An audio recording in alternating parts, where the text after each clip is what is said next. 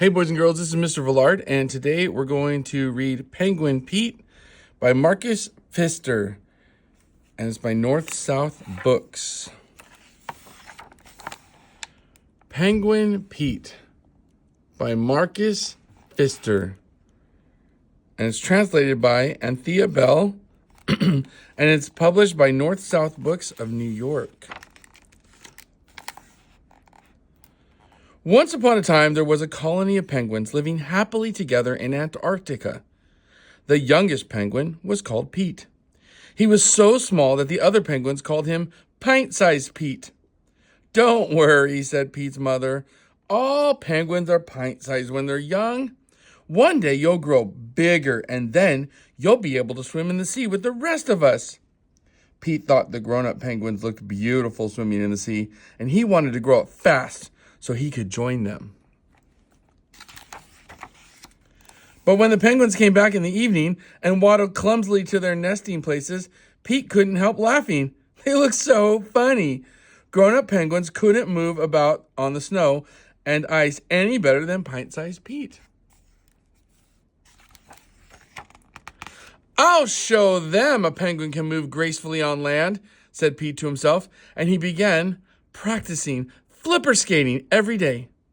It was great fun, and he slid about all over the ice and usually ended up on the ground with a thump. Thump. Now and then, some of the other penguins, who were Pete's friends, stayed home with him.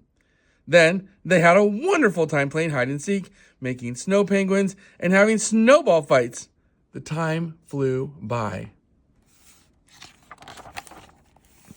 One day, a flock of birds landed on the patch of ice where the penguins lived.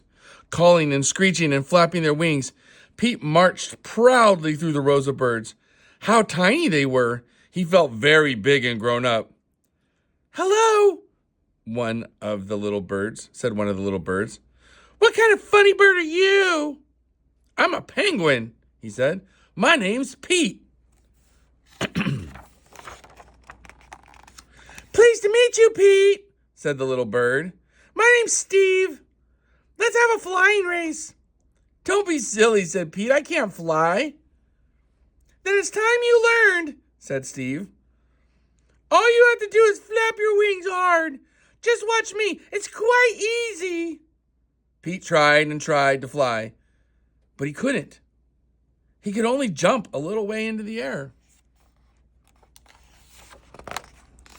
Pete and Steve were soon great friends, even if they couldn't go flying together. But Pete wanted nothing better than to fly with his friend. Although he tried to take off over and over again, his flights always ended up in a crash landing.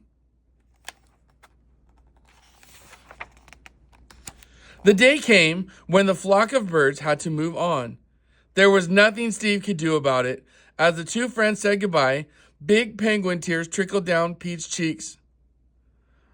"Never mind, Pete," Steve called back as he flew away. "I'm sure we'll be landing on this patch of ice again next year." Pete was very sad, but his mother knew how to cheer him up. The next morning, he was allowed to go swimming in the sea for the first time. He was very excited, though the thought of diving into the water head first was rather scary. But Pete found two ledges of ice at the water's edge, and he climbed cautiously down the ledges and slid backwards into the sea. "I'll do a proper dive tomorrow," thought Pete. Pete's first few strokes were rather clumsy, but soon he was gliding through the cold water like an eel. He could even do a backstroke. He came in last in most of the swimming races, and he lost when the penguins played games, but Pete was a good loser. He never tired of looking at all the fish and seaweed. There was something new around the corner of every rock. What a wonderful, mysterious place the sea was. The moon had risen by the time Pete waddled happily back to his mother. He felt far too tired to tell her about all his adventures, but that could wait until tomorrow. He fell asleep at once and dreamed of Steve, the sea, and the dive he was going to do the next day.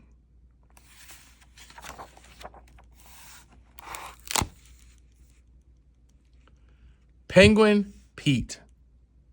I hope you love this book.